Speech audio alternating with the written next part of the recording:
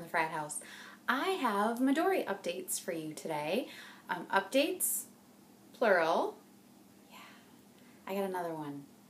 Couldn't help it. I'm sure you guys understand. I did want to say, I've had a couple people go, oh my gosh, you're making these cool Midori videos, and does that mean you're not going to use your file effects anymore? And that is so not the case. The Midoris have just enabled me to pull quite a few things out of the file effects that I didn't really have any place to keep, but I wanted in a planner that I was looking at all the time, so I kept them in the file effects, and I didn't need them with me all the time. I do carry that with me everywhere, so I've things like project pages, you know, like ongoing stuff for the house, that I don't really need with me all the time, but I need to have on paper somewhere. I've pulled all that out and put it into the Midori. So you've seen parts of the video that was about Ray Blake's grid paper that I used to make a booklet for blog and video planning. That is a portion of one, and then I kind of pulled from that and printed some dot grid paper, and I'll put the link for that down below, and that's just project pages that's in the other Midori. So I will show you guys how I have these set up, and it's been nice. It's been really nice because it freed up a lot of room in my file effects. It was very stuffed, and I don't want to break the rings. It's my one file effects. I don't need another one. I don't want another one. I'm extremely happy with it, and I don't want to have to replace it. So I will show you guys what I've done. Okay? Thanks so much. Bye-bye. Okay guys, so here's what I have going on in the Midoris. There's the new one. I like the black more than I thought I would. I mean, I knew I'd like it, but I really love the brown so much, but I really like my black file effects, and I wanted them to be two different colors. So I wasn't sure what route to go, and I ended up thinking I'd try the black. If I ended up not liking it and I wanted a color, then I was going to probably order one from Ray and give this one to one of the boys. But I really like it, so much to that boy's regret, I'm keeping this. He's going to get his own. He just needs to decide on a color. And then I may have to show you guys that one. I'm curious to see what he's going to do with it. So I will show you, this one you've seen part of, so let me show you that one first. Here is what I've done. The very beginning is just kind of a flyleaf envelope combination. I had some A5 size envelopes. Now I'm second guessing myself. A4 size envelopes that you could fold an A5 piece of paper down and put it inside. That was kind of a leftover from when my parents lived in Scotland. My mom's a little bit of she went through a stationery freak phase, kind of like I've always been in, and so when they moved back to the States, she wasn't going to use the rest of those envelopes, so she gave them to me, and I haven't used them, and then I remembered I had them, so I just kind of wanted a flyleaf in the front to keep this stuff from getting the rub-off from the black on here. So this is just cardstock. It's some Tim Holtz cardstock and some packing tape, just 2 layers of it, and then I attached that to the envelope. I cut the envelope down so it would be the right size, sealed the bottom and the side, and then just left the flap so I can put stuff in there. I haven't put anything in there yet. I just did that yesterday. So, and then that just slides behind everything, and that tape holds it. And then the next thing I have, this is all notes from the book Platform by Michael Hyatt that I had taken in a large Moleskine, and I was going to recopy all these into one of the notebooks, and I don't know if I'm going to do that for sure or not. I haven't done it yet, obviously. I just stuck them in here. They fit perfectly fine, you know, slid behind everything. It's fine for now, so I know where they are. But I don't know if I'm going to recopy them or not yet. So I stuck those in there so I wouldn't lose them.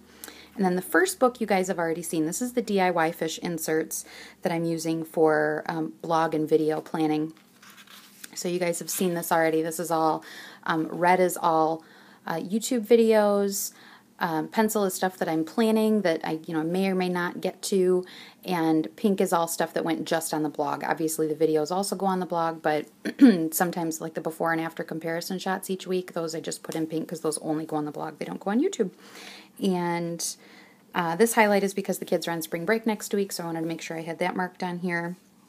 This is not updated, so don't look at it. I've been too busy setting other stuff up, and I haven't kept this part up to date.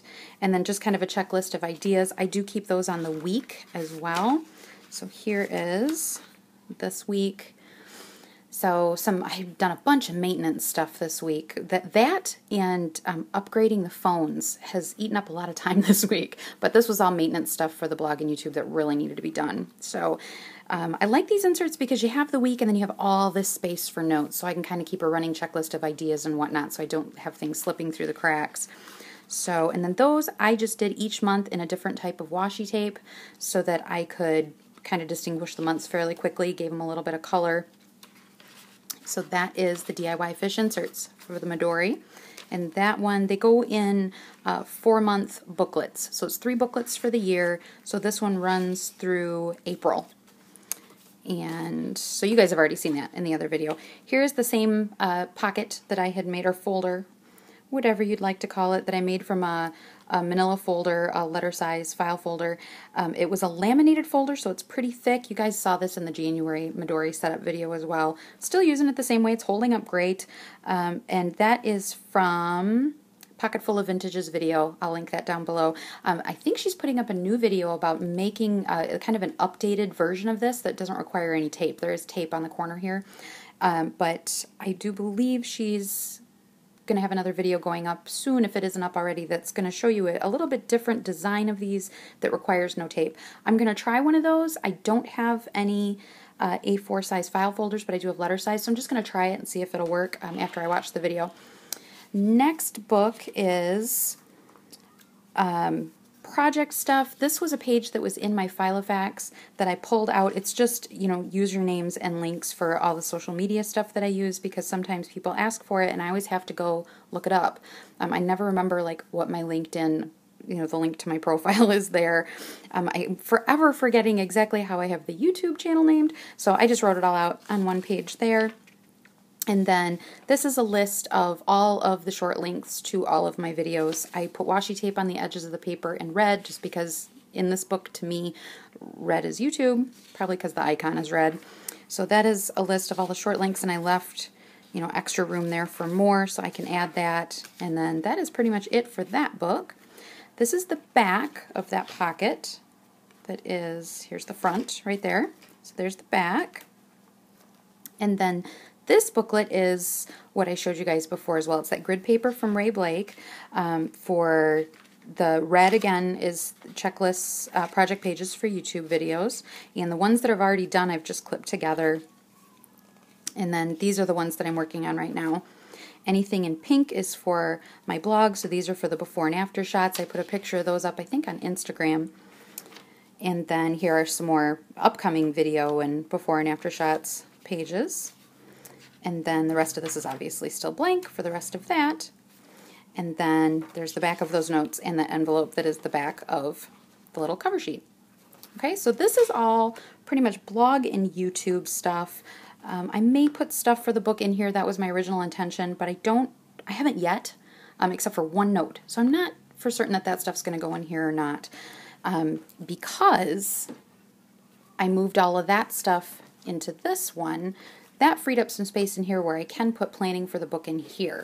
I also moved, or I'm in the process of moving, my project pages from my Daytimer desk size Malibu in Plum into here, because I just wasn't using them in there. They were a mess, and as I'm printing out the manuscript for the book, because I need to start editing pretty soon here, and I hate editing, and if I'm going to have to do it, I'm going to put it in a binder that I like looking at. So I need the space in the Daytimer anyway. Having the project pages in here is nice and compact. I generally throw this in my bag with my Filofax, so I will always have those project pages with me if I happen to need them while I'm out and about. It's not very often that I do, but you know, it does happen.